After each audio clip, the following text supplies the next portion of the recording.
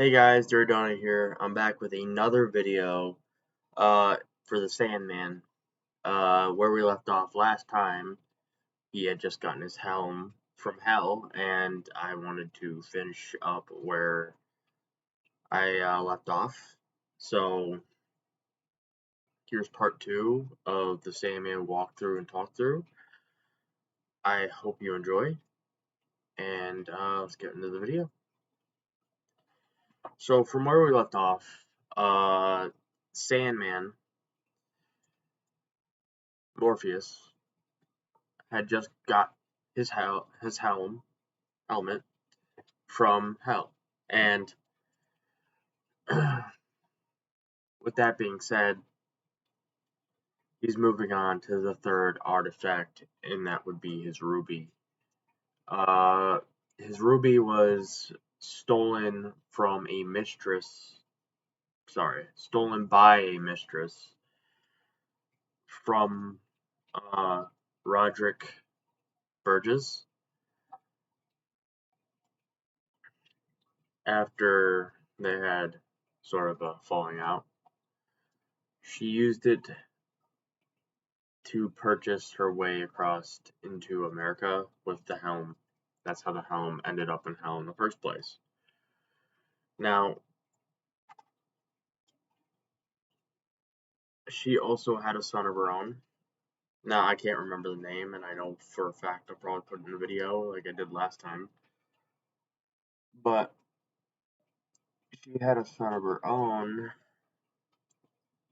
and it was Roderick Burgess's son as well. So it would be his third son. And so, with that being said, we move on to his ruby. Now, when she sold the helm, she got passage into America and a special charm. I don't remember what exactly it was called. It would probably flash up on the screen. But she got a special charm to protect herself. And she also got, and her son eventually ended up getting the ruby. From what I understood, her son went mad from the power of the ruby. And not only did he go mad, he ended up corrupting it in a way that affected Morpheus. So when Morpheus eventually finds the ruby and goes to get it, he is blasted away.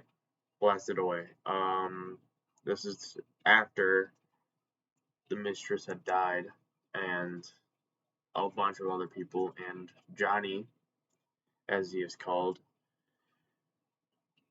escaped his asylum or jail, whatever you want to call it. Moving on, Johnny soon uses the power for some really wicked shit, I'm not gonna lie. He uses the power to remove lies. And now, some of you may be thinking, well, that's not really that big a bad deal. But if you think about it, we don't tell lies all the time. Whether it be small or big, or just completely tiny. Just something as simple as keeping our mouth shut is a lie. And this guy undoes all of that. What he's pretty much doing is removing dreams from people that had them. So he's just stripping away what humanity really has. So after that's all said and done, Morpheus confronts little Johnny here, and he fights for his ruby, eventually going into the world of dreams.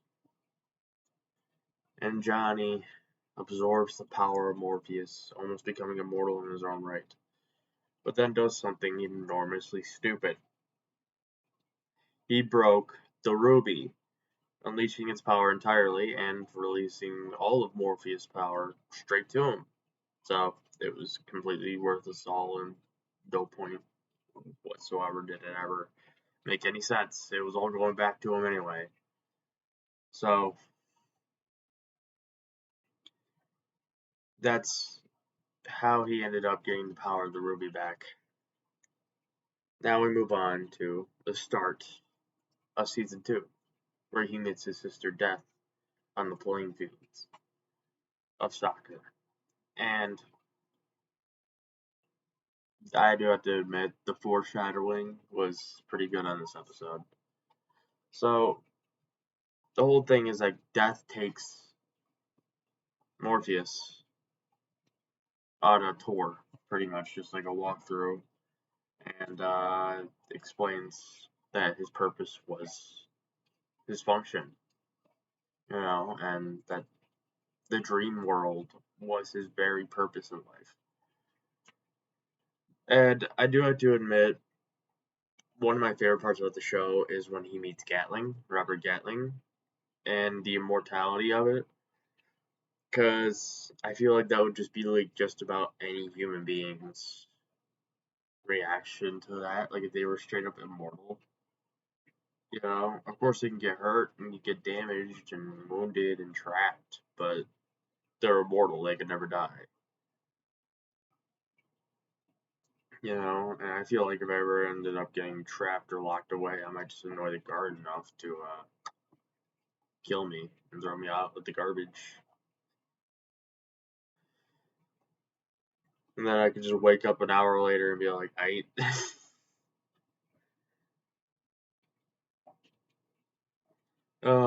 but with that being said, he meets Robert Gatling, and they go through the history of Robert Gatling and everything. And I truly do like the whole thing about it, because it's like truly what I feel like just most human beings would do. If they got the opportunity to become immortal, but they didn't know it was real, they thought it was some kind of fucking joke. 100 years later, they find out they really are immortal, and they're like, damn. You know? So, with that being said, he moves on to season. No, yes. This season 2, I'm pretty sure, is season 3 altogether. I don't remember exactly, but a vortex shows up. A dream vortex. Now, from what I understood, a vortex can create worlds and destroy them. It is a unique human being gifted with extraordinary power.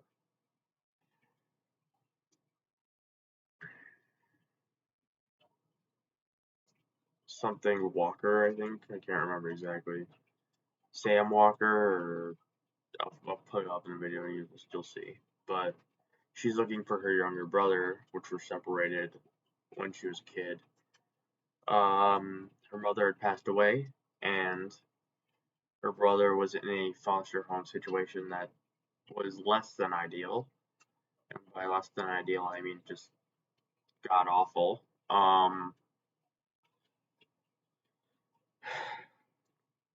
Eventually, Morpheus does come in contact with the Dream Vortex, Miss Walker herself.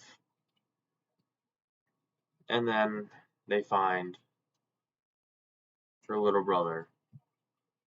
And among all this chaos and creation and shit, the Corypheus does take full advantage of all of it. Like, he does try and just get a bunch of serial killers together and just straight up use their dreams to, like, conquer the dreaming or the world. I don't know which yet, but it's just, it's something to think about. But anyway, she puts the walls back up. Her friend ends up becoming pregnant from a ghost in the dreaming. So when she slept, she was in like ghost world, sex vibe, whatever. I get how she could have thought it was like a dream or something, like that. barely understandable. But I don't know. I'm gonna move on from that subject. But anyway, she finds her little brother, Jet. I'm pretty sure his name is, and they call their grandmother. Now, this woman had sleeping sickness for most of her life, so she wasn't involved in their lives for a good portion. And it's good to note here and now that the Sandman's brother was the whole reason she had a child in the first place. Like, she had sleeping sickness when she was a child. Woke up years later as like an 80-year-old grandma that had already given birth to another child. And in the dreaming, she fell in love with a man and had bared a child. Alright? When she came out later at the end of the season 2, I'm pretty sure, I might have to put something up here if I'm wrong, but anyway, the end of season 2, the dreaming is, I'm sorry, yeah, at the end of season 2, she explains what her dream boyfriend was, at least looked like, a little bit. She described golden eyes, and the one person that anybody could think of that had golden eyes was something that Morpheus said. It's one of his siblings. So he moves on, and eventually the vortex is growing so powerful that it will swallow the dreaming. All right. Eventually, her grandma enters the dreaming, and you see, because of Robert Burgess trapping our boy the Sandman, she found dreaming sickness. So she was in the dreaming for years.